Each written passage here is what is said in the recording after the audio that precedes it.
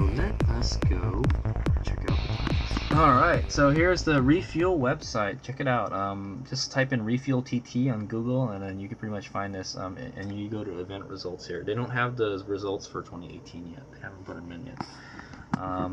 And they have cars, motorcycles, and carts. So those are all the vehicles that you can ride. So this year I didn't see any carts. I'm surprised there was no carts. I guess carts are like just really small cars, no big cars. So there were some cars that look like really big go-karts, kind of like the Radical, you know. But I guess those don't count as carts. Yeah. So these are the record, the lap record holders by class. I'm just gonna go over to motorcycles. I'm not gonna go over to cars. Here you got. I know Chris Paz beat the production bike record. But the production bike record right now is Trevor Doniak. In a 0 SR, he got a 150. Oof, smoking. That was last year too. And then Shane Turpin in a modified Brahmo. Modified Brahmo got a 131. Holy moly! And that was like 4 years ago, man. So the Brahmos are no joke, man. And here's Eric Bostrom. That's someone. That's a famous rider. He was riding a prototype bike called the Empulse RR. I think it's basically, it's like an Impulse with like sport bike stuff in it. It's just for racing.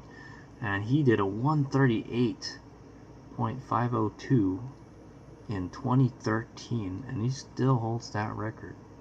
I think, yeah, that is really fast. Just to give you an idea how fast that is, the super bikes, but the modified bikes, the modified bike is faster, but I don't know what this Brahmo mod is, to give you an idea how fast those times are, super bikes can go around Laguna Seca in like 120 something, so that's pretty close to super bike times right there. Line. Okay, so Hades Omega is nowhere near that. So 2018 there's nothing yet. So, and then 2017 we go to motorcycles, and there's our Trevor Doniak. I think he might have raced this year too. So they're all zeros. that race in the production class, and they're getting somewhere from 150 to 235. So Hayes Omega did 215 average, right? So that would put me like in the middle of all this. I'd be in the sandwich here. And as you can see, all the ones with the R's are above me, and the non-R bikes, except for this, what's a FXR? I don't even know what that is. The FXR, yeah, I don't know what that is. I know they have FX and FXS.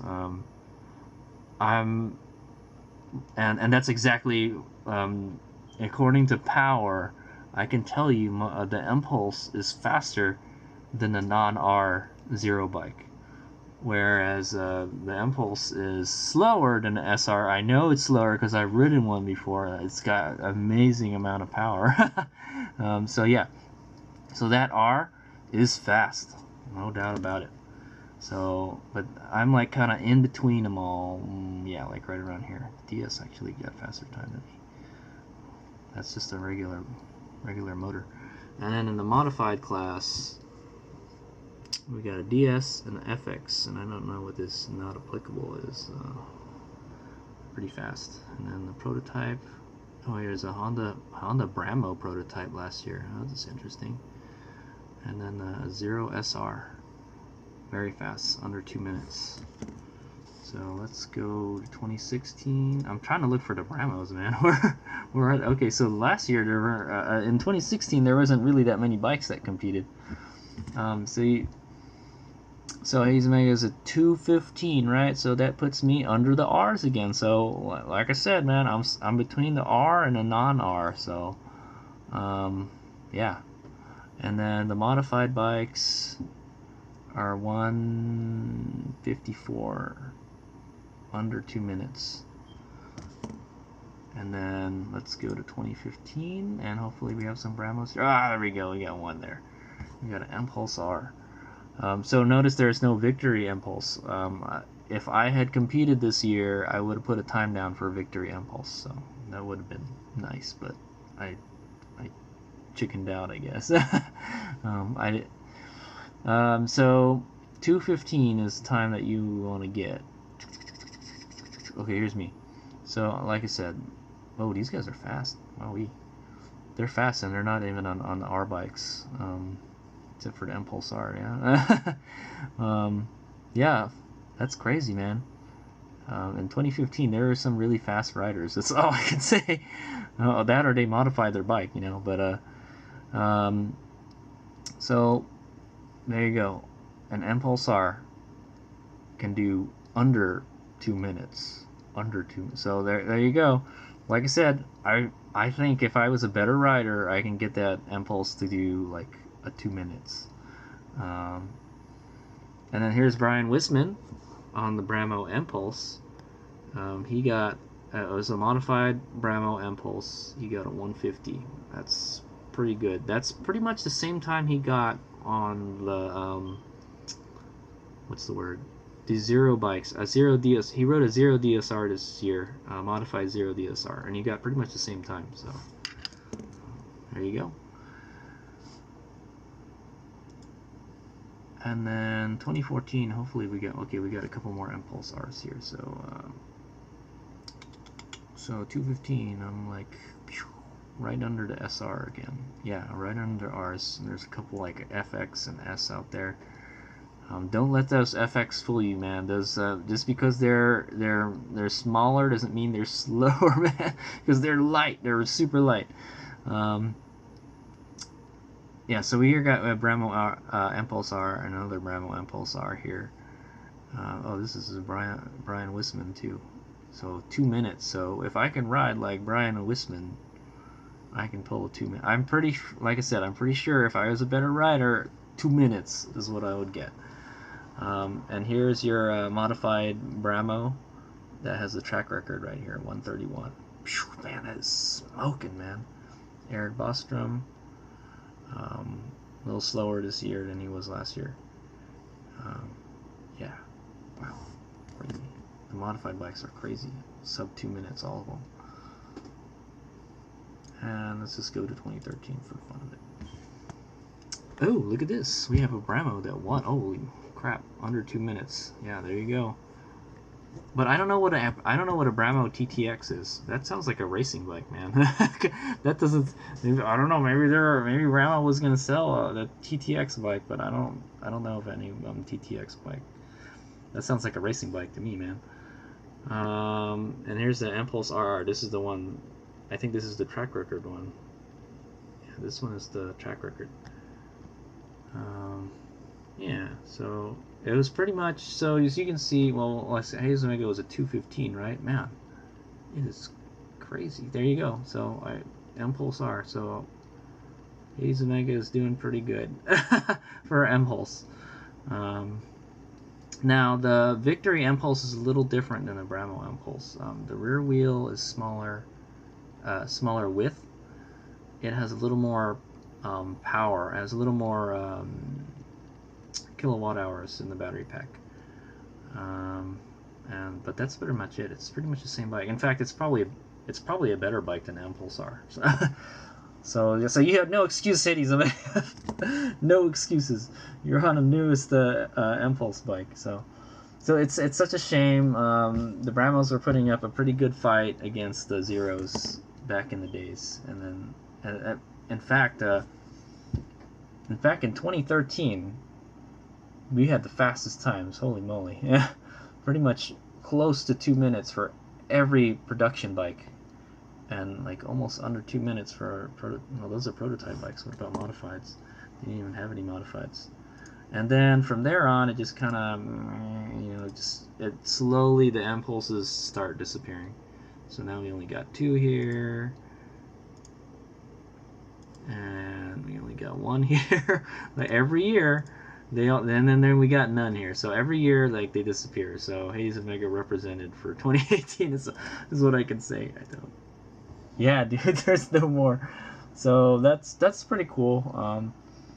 All I can say is Zero needs some more competition, man. It's kind of boring, man. That's all I'm gonna say. It's kind of boring if everyone's riding a Zero. We're gonna need more like. But I'm gonna tell you this. It'll be the day when the big four, one of the big four, releases an electric bike, man. That'll be the day. If you guys don't know what the big four is like Honda, Suzuki, Yamaha, and Kawasaki. Oh, I can't believe I forgot the last one. And Kawasaki. Those are the big four Japanese motorcycles. So when they make an electric bike, that's when electric bikes are going to start going mainstream, and that's when, you know, everyone else is going to have to step up their game. It's only a matter of time before one of the big four releases an electric bike, and hopefully, you know, it's a good one. I think they're just waiting for the right time to release one. I'm sure of it. So yeah. So that's Hades Omega's lap review. I hope you've enjoyed it. I'm sorry it's very technical and boring, and I think I should throw some clips in there so you guys could see it. But just check out my lap videos. There's some cool riding you can see. You can watch other people ride too. I was like following a lot of people most of the time. And so 2:13 was my best time. I think 2:15 is my good average time. And so I got to try to beat that if I ever go back to Laguna Seca. So next year I want to compete in the TT. So I feel like I should have done it this year, but I didn't get a chance. They didn't give me a chance, basically.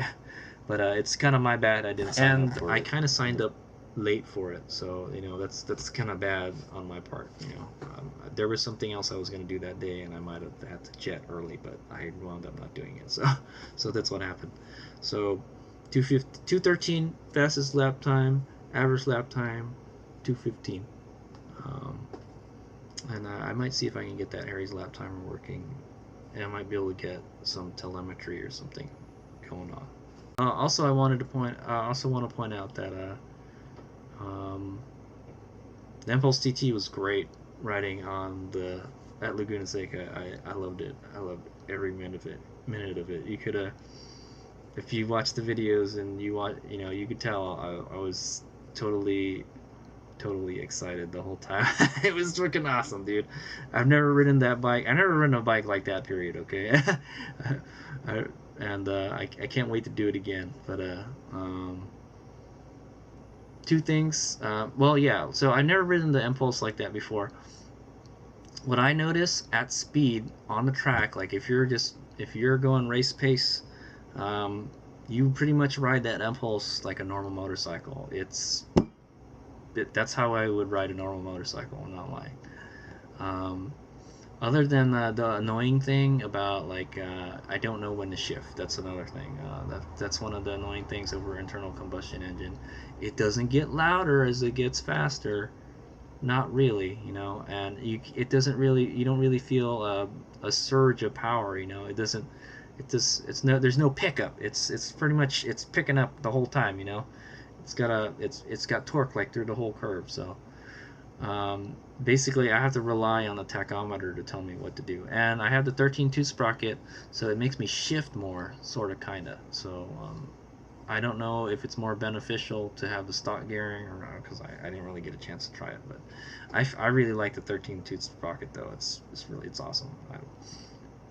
But I never used first gear. First gear is like it's like a launching gear. It's a whole shot gear is what it is, or wheelie gear, whatever you call it, man. It just fucking launches in first gear. But we never did any of that kind of stuff. Everything was from like a roll or something. So yeah. So you pretty much ride the Empulse like a normal bike, and the brakes and the suspension. Oh my god. I never appreciated how good those brakes and the suspension were than that day at the track. Like I said, I really don't use the brakes that much because I use the regenerative braking. You know, it's so awesome on the Empulse. All you have to do is downshift and keep it in the green zone, and you got maximum regenerative braking. The only time I would use the brake, I would just like dab the brakes here and there just to slow down, and like it's like an emergency brake pretty much, or like if I'm stopping at a light, you know, it's just a little dab and then we stop. So yeah, that's one of the differences I notice on the track. Like you really have to use those brakes, and then you downshift, and the regen combined with the braking, amazing braking on that bike. I always thought that the brakes were like overkill for the Empulse, but on the track they're not. You appreciate them a whole lot, dude. And then the suspension. There's no doubt that the suspension is freaking epic on the Empulse. They put top class components on that bike, and mine doesn't even have all the upgraded parts. I think there's a special fork that you could have bought, the gold forks, and I think there's another shock that you could have got too. There's a different shock, but I'm pretty happy with what I got. Like I said, I haven't even actually I haven't even tuned the suspension on the bike yet. I've been meaning to do that, but I need to take it to a suspension specialist, and then I have to have them like adjust the settings for me. I'm using the stock settings, the settings that I got from the factory pretty much. I have not fiddled with anything, so maybe we can make the bike handle better. But honestly, it seems fine to me. I'm not complaining. It is awesome. So yeah. And those tires, I feel like I can push those tires more. So the bike comes with Continental Sport Attack 2s, and they're a really good tire. I feel like that's more grip than I need. I haven't pushed them to their limit, so there's still more that I can get out of those tires. I'm thinking. I know I've pushed them pretty hard because I can see like the boogers on them. There's a lot of boogers.